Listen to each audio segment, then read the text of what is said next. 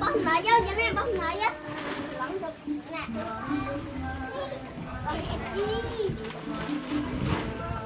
Bông này là bông chụp nè.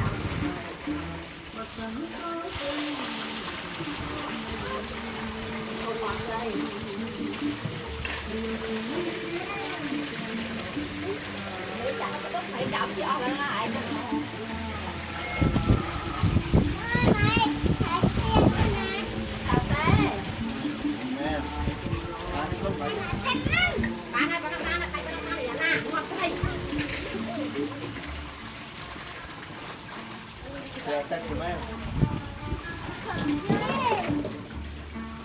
Vâng ạ, coi lại cái này anh.